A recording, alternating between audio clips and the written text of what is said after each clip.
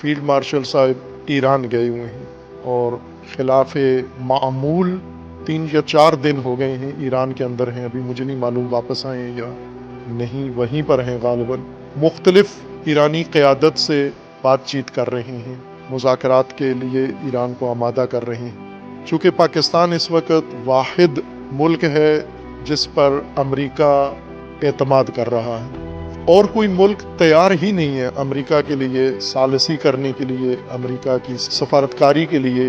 America का मौक़िफ़ लेके किसी जगह कोई मुल्क तैयार नहीं है। चूँकि अमेरिका के ऊपर जो जानवर मुसल्लत है वहशी ट्रंप के नाम से, उसको देख चुके हैं लोग जब से इक़्तिदार में आया है। जो उसने हरकत की हैं उससे सबको अंदाज़ा हो गया है। उसके अपने इत्तहादी, उसके अपने करीबी वफादार सब के सब दूर होके, और किसी उसके न बात की तायीद करते हैं, न उसके किसी वादे के ऊपर एतमाद करते हैं, न उसके किसी अमल में शरीक होते हैं।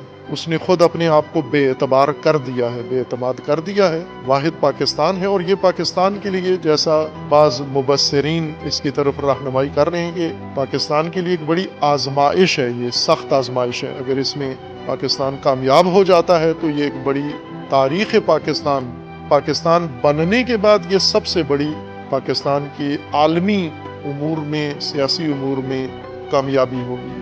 और हमारी दुआ है कि पाकिस्तान को ये कामयाबी नसीब हो इंशाअल्लाह। उसके लिए हमारे सियासी व अस्करी क़यादत कोशां हैं, कोशिश कर रहे हैं। ज़ाहिर है पूरी मिल्लत भी इसके हामी हैं, ख़्वाहां हैं, कोई भी इसका मुखालिफ नहीं है, बल्कि हिज़्ब मुखालिफ जो मौजूदा सियासी अस्करी निज़ाम के वजूद के ही ख़िलाफ़ हैं, अपोजिशन, वो भी इस काम के हामी हैं। वो भी कहते हैं ये अच्छा काम हो रहा है, और ये उनकी तरफ से भी खिलाफ तवक्को एक अक्लमंदी की बातें की जा रही हैं कि ये अमल जो पाकिस्तान अंजाम दे रहा है ये बेहतरीन है, इसमें पाकिस्तान का फ़ायदा है। हर चंद पाकिस्तान की जंग नहीं है, अमेरिका और ईरान के माबैन जंग है, लेकिन पाकिस्तान की दिलचस्पी इसमें दूसरों से ज़्यादा है।